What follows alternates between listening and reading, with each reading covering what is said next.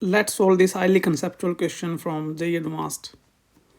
We are given a quadratic equation whose coefficients are positive integers and in arithmetic progression. So we can write a, b, c belongs to z plus, and since they are in AP, so we can say that 2b equals to a plus c. And this equation has only integer solutions, which means let's say alpha and beta are its solutions, then they belong to z. They can be either positive, negative, or 0.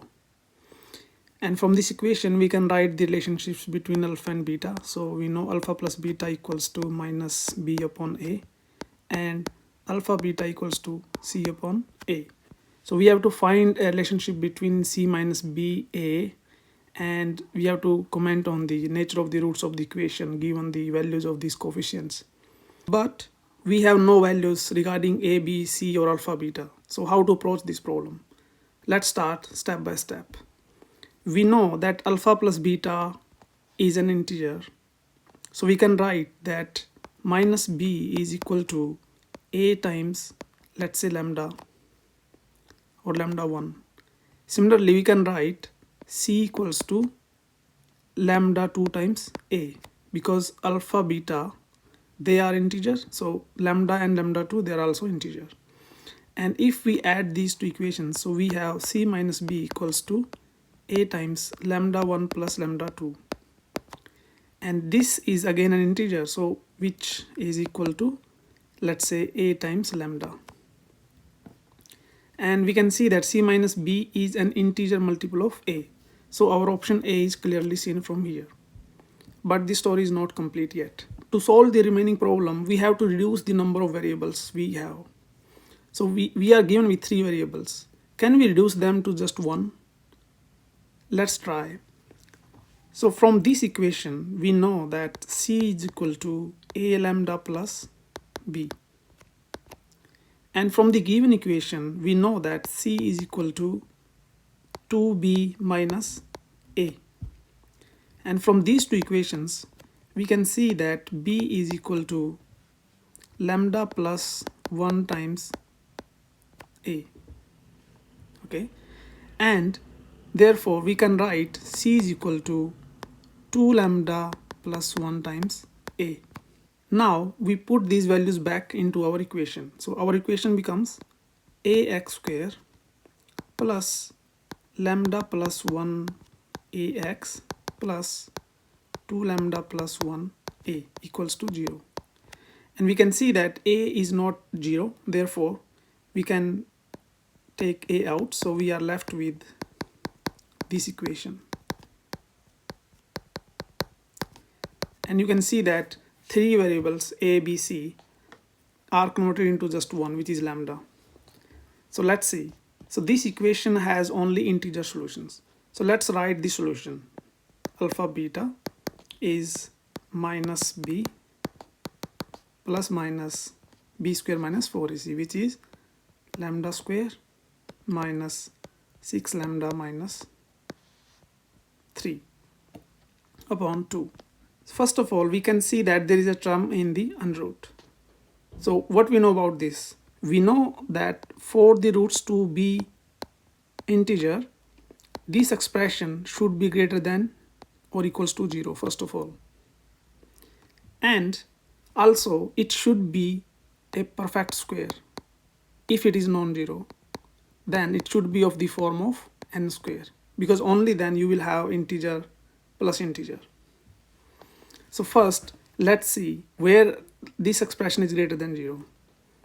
We can find the root of the equation. So these roots are 3 minus 2 under root 3 and 3 plus 2 under root 3.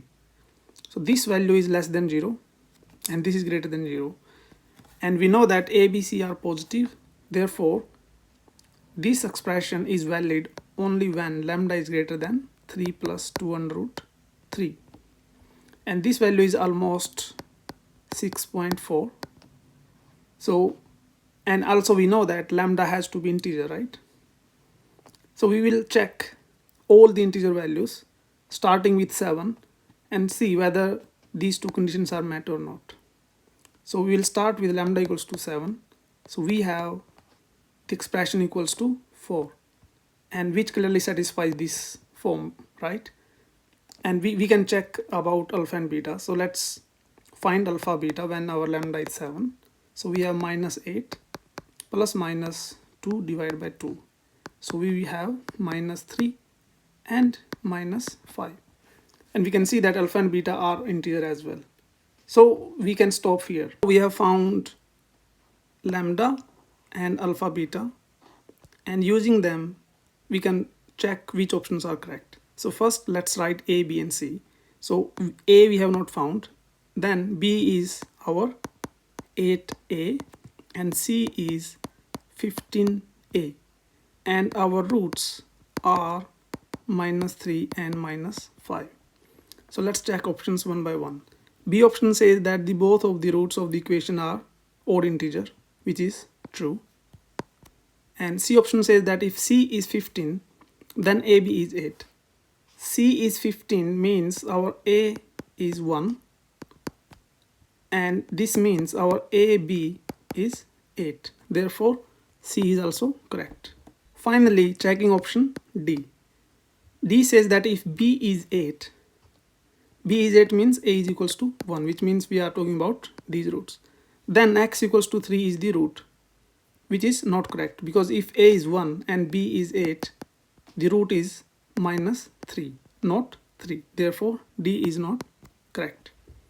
Many of you might have a doubt that why I just stopped at lambda equals to 7, and maybe we were just lucky that just the next value worked here. What if we have the similar question but we have to try, let's say, 7, 8 values? Then of course our time limit will be very, very high and we will abandon this question in the exam.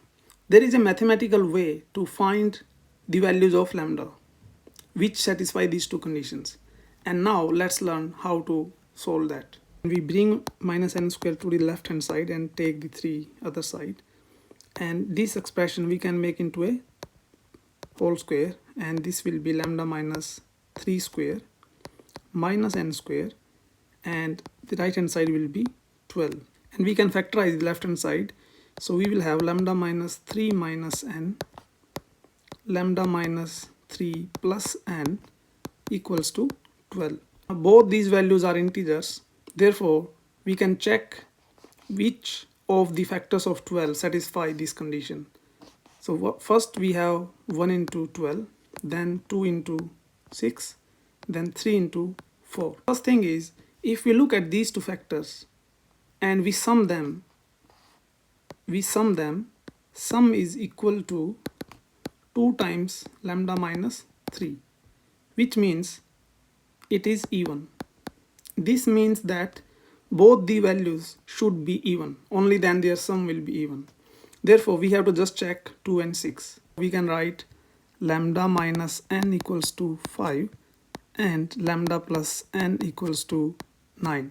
And from here we can find that lambda is equal to 7 and n equals to 2. And this is the only solution for this. I hope you understood this question. If you enjoyed this solution, consider subscribing this channel and follow the Facebook page.